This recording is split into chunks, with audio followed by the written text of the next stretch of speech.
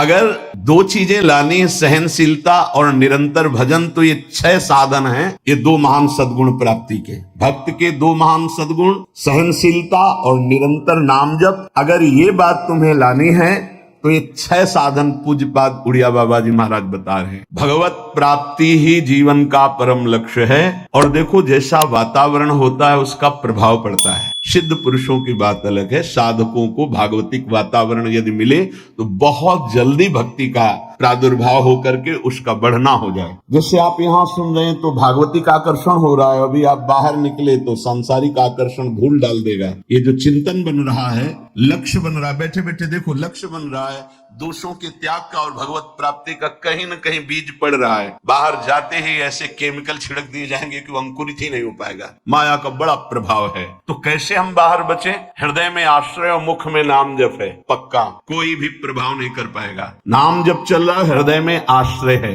राधा मधुपति पदाम्बुज भक्ति रस पूर दूर मुक्तस्य अजितेन्द्रियस्य कृपया मम वृंदारण्यमाश्रयो भवतु। ना तो किसी प्रेमी का संग हुआ और ना इंद्रियों पर विजय प्राप्त की, तो क्या भजन बनेगा? बोले हम तुम्हें उपाय बता रहे हैं, यदि तुम वृंदावन आ गए तो दोनों बातें हो जाएंगी। अजितेंद्रिय होते हुए भी तुम्हें भगवत प्राप्ति हो जाएगी। और भगवत प्रेमियों का संग तो यहाँ गली गली में है, वो करा देंगे, प्रभु करा देंगे। राधा मधुपति पदाम्बुज भक्ति पक्का जागृत हो जाती है। वृंदावन का आश्रय मिला जहां, तो फौरन वो आपको रसिकों का संग करा देगा। रसिकों का संग हुआ तो इंद्रियों पर शासन प्रारंभ हो जाता है। जबरदस्ती इंद्रियों को भोगों से हटा कर प्रिया प्रीतम में लगाया जाता है। ये रसिकों के संग का फल होता है। बोले कृपया मेरी बात मान लो कि आप अजितेंद्रिय हैं, पक्का।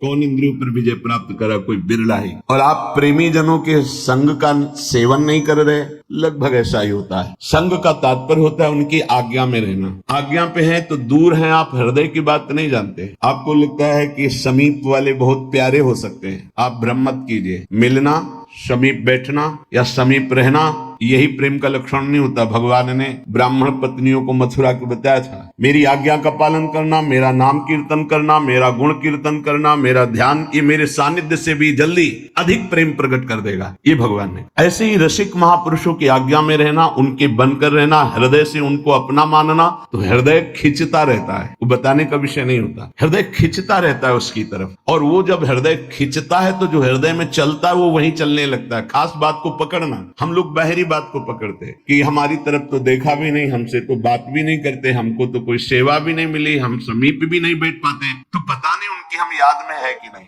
ऐसा नहीं। बाहरी व्यवहार में आप पास बैठे हुए देख सकते, हो सकता है 24 घंटे में उनकी एक बार याद ना आती हो, और आप दूर रहकर उनकी आज्ञा का पालन करते हो सकता है 24 घंटे आप उनकी स्मृति में आते हो। कैसे तुम्हें पता चलेगा? तुम चित्त जोड़ो, और जब तुम्हारे चित्त में आह्लाद हो रहे, लगने लगे कि मुझे बहुत प्यार करते हैं, तो समझ लेना उनका चिंतन और आपका चिंतन जिस दिन एक होगा, आप जान जाओगे इस रसिक महापुरुष गुरुदेव कितना हमें प्यार करते हैं। सच्ची बात है। तुम्हें कैसे प्यार हृदय का विषय होता है, बाहरी व्यवहार का विषय नहीं होता है। इसलिए कह रहे हैं कि अगर रसिक जनों से आप दूर हैं, आप अजितेंद्रिय भी हैं, तो आप चिंता ना करें, आप शरणागत, आप आश्रित हैं। राधा मधुपति पदाम्बुज भक्ति रस पूर्ण, आपका हृदय प्रिया प्रीतम के प्रेम रस से पूर्ण हो जाएगा। आप एक एक मिनट आपका जो जा रहा है बहुत कीमती जा रहा है, बहुत महिमा में जा रहा है। आप ये मत देखो कोई देख रहा है कि नहीं देख रहा, आप अपनी दिनचर्या में, आप अपनी शरणागति में सच्ची आपको बहुत प्यार है। प्यार का मतलब गले लगाना नहीं, प्यार का मतलब बात करना नहीं, प्यार का मतलब देखना नहीं, प्यार का मतलब ये कहना नहीं कि मैं आपको बहुत प्यार करता हूँ, वो हृदय का विषय होता है। इसीलिए इस श्लोक में कह रहे हैं कि राधा मधुपति पदाम्बुज भक्ति रस पूर्ण पर दूर मुक्तस्य, जीवन मुक्त महापुरुषों की समीपता नहीं प्राप्त है, दूर है। अजितेंद्रियस्य, वो अजितेंद्रिय भी है पर कृपया, उसके ऊपर कृपा बरसेगी। वो आश्रित है, वो शरणागत है। तो मम वृंदारण्यमाश्रयो भवतु, कभी कृपा हो जाए मुझे वृंदावन का आश्रय मिल जाए, वृंदावन का वास मिल जाए। उपासक अपनी शरणागति पर ध्यान दे, बाहरी व्यवहार पर ध्यान न दे। जो प्रभु का भक्त है उसकी पहचान है, बहुत ध्यान से सुनना, महापुरुषों के वचन है। जो प्रभु का भक्त है उसकी पहचान है, वो नाम जप को अपना जीवन परम धन मानता है, इसलिए वो नाम जप रहित कभी एक मिनट नहीं हो सकता। भक्त वही है जो प्रभु के नाम को परम धन परम जीवन मानता है और हर समय ऐसे नाम जप में लगा रहता है जैसे संसारी पुरुष धन कमाने में। जो जितना भगवान नाम का संग्रह कर लेगा वो उतना ही उच्च भावना वाला बन जाएगा। भक्ति से क्या मिलता है जानते हो? भाव की ऊंचाई। बाजार में वस्तु का अगर भाव ना हो तो सड़ती रहती है, ऐसे ही भक्ति से भाव प्रकट होता है। भावहीन पुरुष सड़ता रहता है, नरकों में दुर्गति होती रहती है। अगर मनुष्य शरीर में भी है वो विविध प्रकार की दुर्वासनाओं से सड़ता रहता है, जलता रहता है। और भक्त भावोत्सवेन भजताम रस कामधेनु, भाव में डूबा आनंद मगन रहता है। ये भाव कहां से आता है? जितना नाम रूपी धन एकत्रित करोगे उतना ही महंगा भाव आपके अंदर आ जाएगा। बोले तो प्रिया प्रीतम की लीला में डूबे रहते हैं, भाव कहां पहुंचा दिया? अभी कहां है? काम भाव, क्रोध भाव, लोभ भाव। अभी तुम्हारा भाव गिर गया, भाव उठाओ। तो बोले कहां है? बोले प्रिया प्रीतम के भाव में। बोले ये कहां है? बोले काम भाव में, क्रोध भाव में, लोभ भाव में। भाव ही सब कुछ है। भगवान को पुकार करके साक्षात सामने प्रकट करने की सामर्थ्य भाव में ही है। भाव पूरित टेर ही करती मुझे लाचार है, भाव बिन सुनी पुकारे मैं कभी सुनता नहीं। बात ध्यान करो, भाव सारा। और ये भाव कहां से आता है? पूज्य उड़िया बाबा कह रहे जो भक्त जितना अधिक नाम जप कर लेता है उतना ही बढ़िया भाव उसका बन जाता है। जो नाम कीर्तन पर विश्वास करता है कि नाम कीर्तन कर रहा हूं तो मेरे प्रभु यहीं बैठे सुन रहे हैं, भक्त का सदैव ऐसा भाव रहता है। मैं पद गान कर रहा हूं, मेरी प्रिया लाल मुस्कुरा रहे हैं, वो सुन रहे हैं। वाणी सी ध्रुवदास जी की सुन जोरी मुस्कात। अगर तुम्हें भाव नहीं आ रहा तो आचार्यों ने लिखा है कि जब 42 लीला गाई जाती है तो जोरी प्रिया प्रीतम परस्पर देखकर मुस्कुराते हैं और गायन और श्रवण करने वाले उपासकों पर कृपा करते हैं। जो सांसारिक पुस्तकों को, समाचार पत्र को और विलासिता भरी काम भरी बातों जिसमें लिखी हुई ऐसी पुस्तिकाओं को जो पढ़ते हैं वो कभी भक्त नहीं बन सकते। तो बाबा के समय मोबाइल नहीं चला था 60-70 वर्ष पहले। ये तो 35 वर्ष बहुत पे बहुत हुए होंगे, नहीं मोबाइल को भी लिख देते, क्योंकि उस समय पत्रिका ही गंदी बातों की लिखा पढ़ी वाली बातें पढ़ी। अब तो मोबाइल वाली बातें हैं। वो भक्त नहीं हो सकता जो गंदी बातें देखता है। नहीं नहीं, आपको तो अपनी वृत्ति पवित्र करनी, बचानी है। बहुत सावधानी की जरूरत। एक छोटा सा बच्चा 13 वर्ष का एकांतिक में, बहुत सुलझा व्यक्तित्व, अवस्था 13 वर्ष की, व्यक्तित्व बहुत सुलझा। जब वो अपने संयम की बात तो उनका भाई मोबाइल तो नहीं रखते, उनका लैपटॉप रखते, तो उनका उसमें भी वही गलती होती है क्या? क्योंकि कभी हमने तो बोले हाँ सर्च करके वैसे किया जा सकता है, तो उनका फिर तो गलती होने की संभावना है। बोले हो चुकी गलती, अब संभाल लो। छोटे छोटे बच्चों में गलती कराने की सामर्थ्य इस मोबाइल लैपटॉप में है। विश्वास कीजिए बहुत बढ़िया समय है, निकल चलो। ये माया फंसाने के लिए सब सूत्र फेंकेगी, आपको फंसना नहीं है। कोई सुख नहीं है, केवल जलन, केवल अशांति, केवल समय नष्ट होना। भक्त वही है जिसको भगवान से भी अधिक संत महात्मा प्यारे लगे। सातों सम्मोहि में जग देखा, भगवान श्री राम कह रहे हैं सबरी जी के सामने, सातों सम्मोहि में जग देखा मोते अधिक संत। पूज्य बाबा कह रहे हैं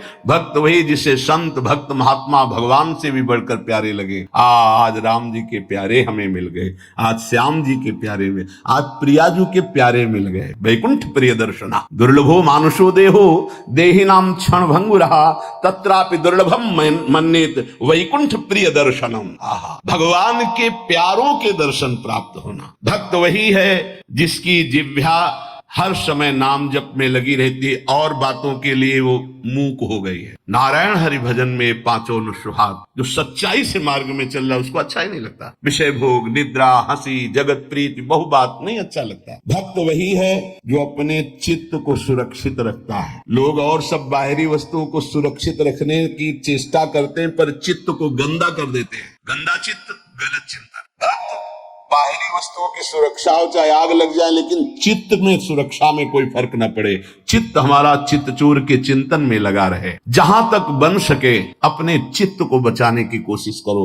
साधक अपने चित्त को सुरक्षित रहता है, अपने चिंतन को सुरक्षित रखता है। वही साधक है जो चिंतन को सुरक्षित रखे। और कोई परवाह नहीं सुरक्षा रहे या न रहे, चित्त सुरक्षित है तो निरंतर चिंतन का प्रभाव भगवत साक्षात्कार करा देगा। भक्त वही है जो प्रभु से केवल प्रभु को मांगता है। ध्यान दीजिए, भक्त वही है जो प्रभु से केवल प्रभु मांगता है कि आप चाहिए, आप, हमें और कुछ नहीं चाहिए, बस आप मेरे हैं, मैं ऐसा मस्त रहूं, बस ये हमें चाहिए और कुछ नहीं। आपसे आप चाहिए, बस आपसे आपकी माया का कुछ नहीं चाहिए, आप चाहिए। भक्त वही है जो भारी विपत्ति काल में किसी भी व्यक्ति का सहारा न लेकर इष्ट के भरोसे रहता है। ये बहुत कठिन बात। जब आपके अंदर कोई समस्या जागृत होती, विपत्ति जागृत होती, तो आपका मन कहाँ जाता है? प्रियाजू पे, या किसी व्यक्ति, किसी सलाहकार मित्र, यार हम बहुत समस्या में हैं, बहुत हमारा मन अशांत है। नहीं कहना, प्रभु की छवि लो और छाती से लगा के उनसे बात करो,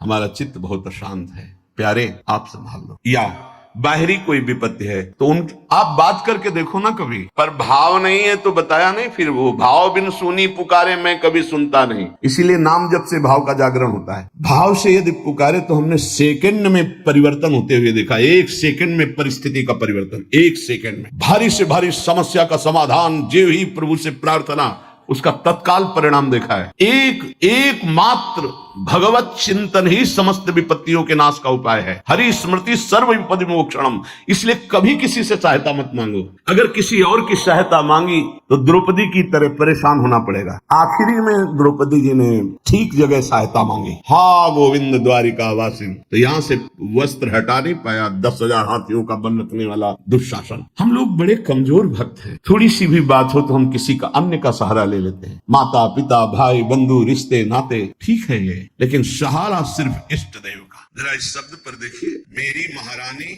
श्री राधा रानी, जाके बल में सब सो तोरी, लोक वेद कुल कानी।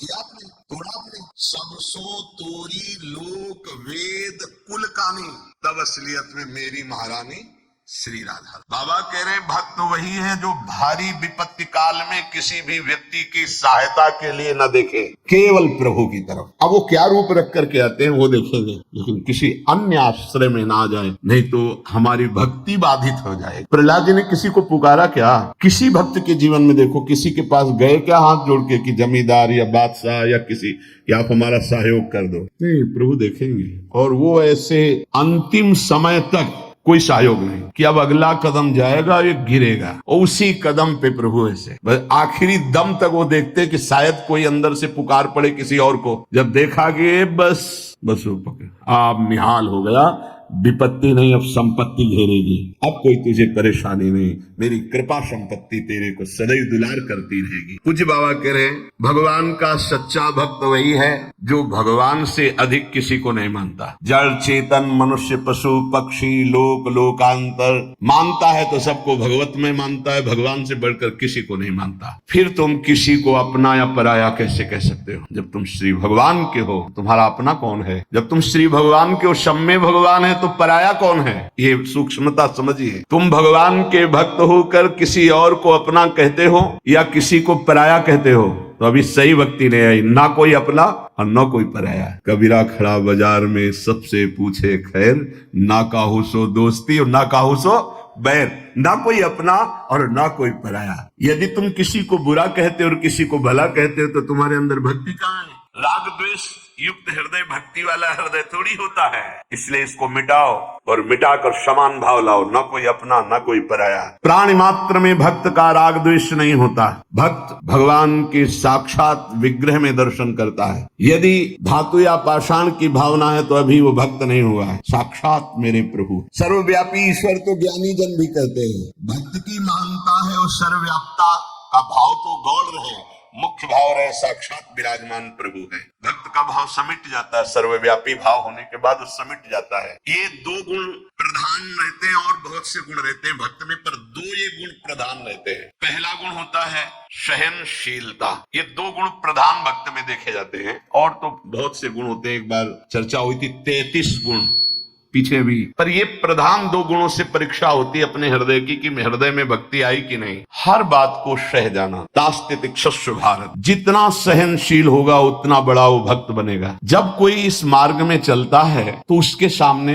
इस बात की परीक्षा आती है, तुम कितना सह सकते हो। जब आपको बुरा लगना ही बंद हो जाएगा तो आपको भगवान परमानंद प्रदान करेंगे। जब तक बुरा लगता है तब तक साधन करो और उस बुराई को सह जाओ। जो आप से कोई गाली दे रहा है, अपमान कर रहा है, निंदा कर रहा है, या काम क्रोध लोभ कुछ भी, सह जाओ, चुप रहो, शांत रहो, सह जाओ। नहीं, किसी से कह देते हैं तो हृदय थोड़ा खाली हो जाता है, तो कहते हैं यहाँ नहीं होगा। रहीमन मन की मन व्यथा रखिए मन में गोए। यद्यपि सिद्धांत है कहू ते कछ दुख घटी हुई, कहने से दुख कम हो जाता है, पर काहि कहूं यह जान न कोई, पर किससे कहूं इस बात को कौन जानेगा। तो रहीमन मन की मन व्यथा रखिए मन में गोए, सुनी ठलई हैं लोग सब बांट न ले है कोई। विनोद होने लगे, तुम्हारा मजाक बना देंगे लोग। सहनशील, बहुत गंभीर। वैसे भी साधुता की जब बातें आती है तो सहनशील, आशय उदार, धीरज सहित विवेकी, जहां देखो तहां तितिक्षवः पहला शब्द है साधु के लक्षण का। यहां कह रहे हैं दो बातें भक्त की पहली पहचान। पहला, सहनशील कितना है। लोग उसे बुरा कहेंगे, उसकी हंसी उड़ाएंगे, उस पे कटाक्ष मारेंगे, उसका अपमान करेंगे, उसको छोड़ देने की धमकी देंगे, उसको लड़ने के लिए उत्साहित करेंगे, उसकी पराजय भी हो सकती है, पर वो शांत गंभीर, अपनी अंदर की वृत्ति को कभी विचलित ना होने दे, सह जाए। बहुत ध्यान देने की बात है। भजन करके उसे बचाना कठिन, बचा के पचाना कठिन। ये है भजन करना और उसको बचाना और उसको पचाना। आप को बुरा कहेंगे, पूज्य बाबा कह रहे हैं, हंसी उड़ाएंगे, आपके कटाक्ष मारेंगे, बड़ा भजनानंदी बनता है, किसी से तो बात ही नहीं करता है, अपने को कुछ ज्यादा ही भगत समझते हैं क्या। ऐसे क्या क्या कटाक्ष करेंगे, आपको लड़ने के लिए उकसाएंगे, उत्साहित करेंगे कि आप लौट कर उनको जवाब दीजिए, लड़िए। वो ऐसा महसूस करवाएंगे कि आप हार गए, चुप हो गए, आप दब गए। चुप हो जाओ, हार जाओ, हरि को हरि नाम, मौन होकर चुपचाप सह जाओ। इस गुण से अध्यात्म की उन्नति बहुत जोर की होती है। सहिष्णु, सहनशीलता, तितिक्षा, इनको एक ही शब्द के पर्यायवाची है। सहित सहित बाढ़े भगत गृह तन गुरहित गार, सेवक जी महाराज कहते हैं। और जिसके अंदर सहनशीलता नहीं है तो वो केवल परमार्थ का आडंबर करेगा, स्वप्न में भी आध्यात्मिक उन्नति नहीं हो सकती। जागृत की तो बात जाने, पकड़ लीजिए। सबसे पहला लक्षण सहन करना। ये आप संकल्प कर ले कि जीवन में सब कुछ सहन करना है मुझे। जो सह गया सो साधु, जो टूट गया वो विषयी। यही बात हमको एक शराबी ने समझाई थी ब्रह्मावर्त बिठूर में। देखो तिल तिल ये छवि का, तो आप भगवान बन के पूज रहे। बच्चा टूटना क्या भगवान का बाहरी स्वरूप था। वो बाहरी तो ऐसे मदिरापान की एक लीला करते हुए दिखाए, लेकिन जब उपदेश मिला तो प्रणाम करके अंदर सोचा भगवान न जाने किस स्वरूप में। और वो शब्द जीवन में नहीं भूला। खास बात होती कि जैसे ऐसे कोई बोल रहा है तो वो शब्द जीवन में नहीं भूला। ये टूटना नहीं, टूटना कैसी भी परिस्थिति हो, टूटना नहीं। यहां भी कह रहे जो सहिष्णु नहीं, सहनशील नहीं, और आध्यात्मिक उन्नति जागृत की तो बात जाने दो, स्वप्न में भी नहीं होगी। कुछ नहीं हाथ लगता, आडंबर केवल रहता है। अतः भक्त को अधिक से अधिक नाम जप के द्वारा ये शक्ति बढ़ानी चाहिए सहन करने की। कितना भी कुछ भी अंदर कोई विकार, मनोवेग, वाणी वेग, उदर वेग, जनेन्द्रीय वेग, कोई भी वेग, सब चुपचाप सह जाओ। ये मार्ग है सहन करने का। सहन करने, भगवत प्राप्ति का जो मार्ग है वो सहन करने का मार्ग है। शांत, अपने मन की बात किसी से भी मत कहो। कहो तो केवल प्रभु से कहो, अगर कहना ही है, नहीं तो कहने की जरूरत नहीं। वो देख रहे हैं, उन्हीं का विधान रचा हुआ है, उनसे क्या कहना। वो भोरी सखी का एक पद में है ना, दिल दे करके दिल की सुख दुख की बातें क्या कहना। जब दिल ही दे दिया तो क्या सुख दुख की बातें कहना। पहला तो ये हुआ सहिष्णु, सहनशीलता, और दूसरा नाम जप। ये दो से भक्त की पहचान, दो चीजें। निरंतर नाम जप हो रहा है कि नहीं, हर प्रकार के आक्रमण को आप सह रहे हैं कि नहीं, बस यही भक्ति की पहचान। और तो सब लक्षण आ ही जाते हैं।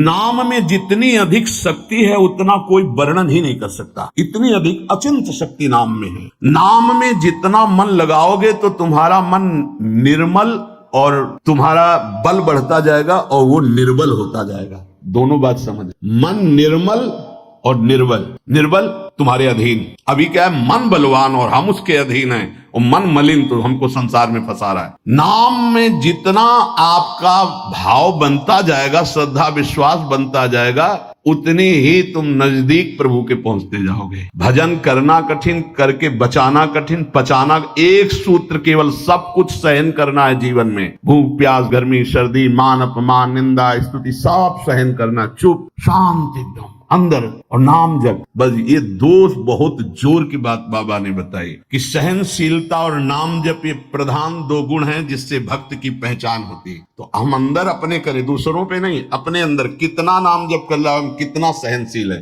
जब नई नई अवस्था में साधन में आए थे तो ये मनाते थे कि कोई अपमान करे, देखे कैसा लगेगा। कोई अपमान करे फिर भगवान ने बड़ी कृपा की, बहुत अच्छे अच्छे शब्दों के स्वागत हुई।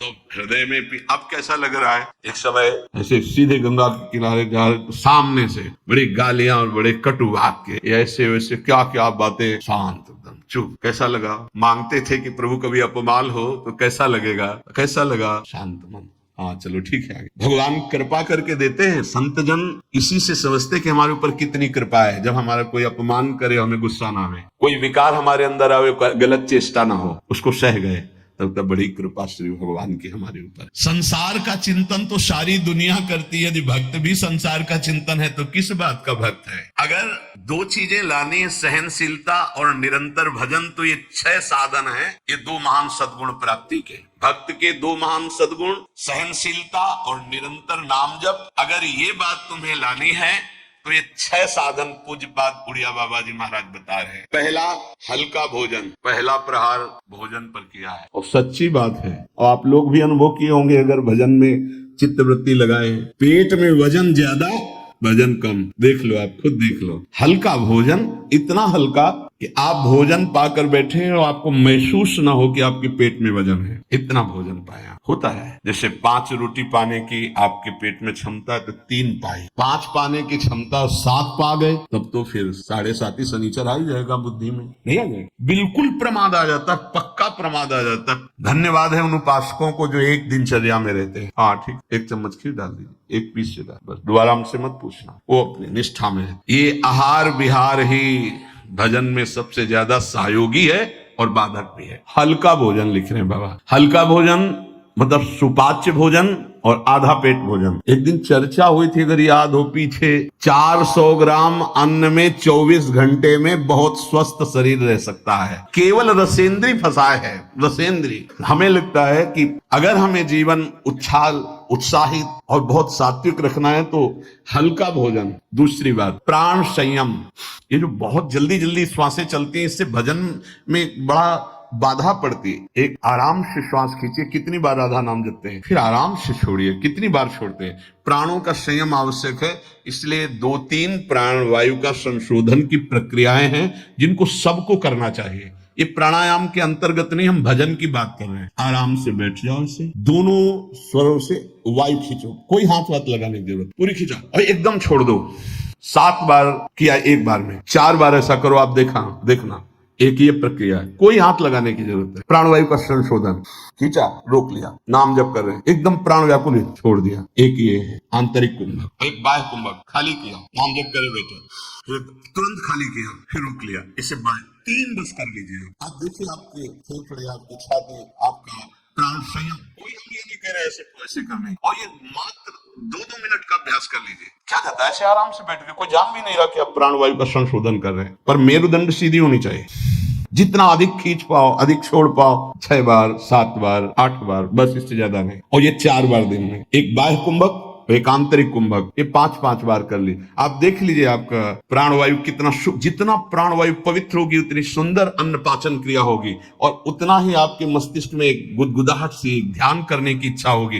मंत्र जपोगे तो एक प्यारा लगेगा। अब जब प्राणवायु, किसी के देखो ना एकदम, अगर एकांत कमरे में हो तो ऐसा लग रहा है जैसे धौंकनी चल रही है, क्योंकि स्थूल प्राणवायु है, उसकी आवाज अलग ही सुनाई देगी। प्राणवायु का संयम, भोजन हल्का और प्राणवायु संशोधन कृपया जरूर करें, चाहे वृद्ध शरीर हो चाहे जवान शरीर हो, ये जरूरी है प्राणवायु का संशोधन। अपने तो किडनी खराब हो गई तब से बंद हो गए, नहीं तो 45 मिनट केवल प्राणवायु संशोधन होता, तो 45 मिनट व्यायाम, और उस समय केवल भगवद का नाम चलता था। 1 सेकंड के लिए ऐसा नहीं कि प्राणवायु संशोधन करे नाम छूट जाए, या व्यायाम कर रहे नाम छूट जाए। तीसरा, कम बोलना, क्योंकि नाम चलाना है और सहनशील होना है। देखो, जब हम अपनी कमजोरी किसी से कहते हैं तो कमजोरी हम पर बढ़ती है और दूसरा हमारा उपहास करता है। इसलिए अपनी कमजोरी तो बोलनी नहीं, और कोई बात भी करने की जरूरत नहीं है। थोड़ा बारा व्यवहार में आवश्यक हो तो उत्तर दे दीजिए। कम बोलना सीखें। उपासक जब अपनी रहने पे रहता है तो हमें लगता है कि धन्यवाद का पात्र है जो अपने को जलाकर प्रभु के चरणारविंद तक पहुंच रहा है। बहुत कठिन विषय है, प्रणाम है उसको जो अपने को जलाकर आगे बढ़ रहा है। कम बोलना, करना, तीसरा।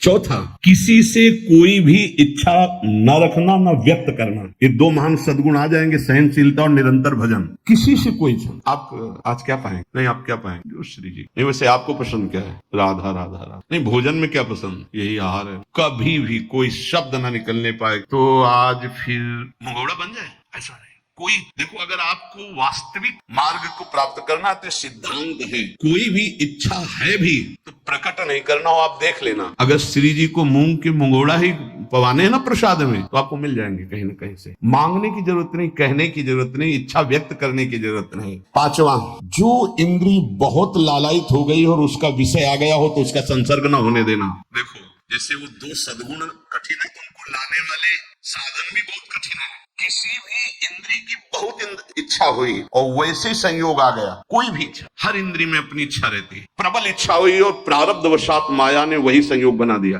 लो खाओ। और आपको पता है कि ये मेरे हृदय में बिल्कुल चल रहा था, कैसे मिले, और वो मिल गया, तो खुश नहीं होना? बोले संसर्ग नहीं होने देना, पाने नहीं हटा देना। इतनी हिम्मत है। पहला लक्षण सहिष्णु, वो दूसरा निरंतर भजन। जो तुम्हारी, ये सब बातों में नहीं कह रहे, जिसकी प्रबल इच्छा थी हमारे अंदर और वही आ गया संयोग से। यही बात गुरुदेव ने बताई थी। बोले जो प्रिय वस्तु हो उसका संयोग इंद्रियों के संसर्ग में न होने पाए और उसको भोग लगा बांट। तो बाबा कह रहे किसी भी प्रिय बात, प्रिय वस्तु, वो इंद्रिय भोग जब उपस्थित हो तो उसका संसर्ग ना होने देना। इससे दो सामर्थ्य जागृत होंगी, निरंतर नाम जप और सहिष्णु, सहनशील। और वाणी पाठ और अपना जो संत समागम है, इसके सिवा अकेले रहने का स्वभाव बना। इसमें भी जो अपने प्रियजन परिवार के जन, उनको लगने लगता है अकेले बैठे क्यों रहता है, अरे वो अपने साधन में बैठा है, उसके लिए डिस्टर्ब थोड़ी होना कि अकेले क्यों बैठे। धन्य भाग है जैसे अपने लोगों को सूचना मिलती कि एकांत ही चुपचाप बैठा है, तो अपने को पता है, अपना हृदय शीतल होता है कि सही मार्ग है, सही मार्ग। एकांत देश में रहने का स्वभाव होना, प्राणों का संयम होना, भोजन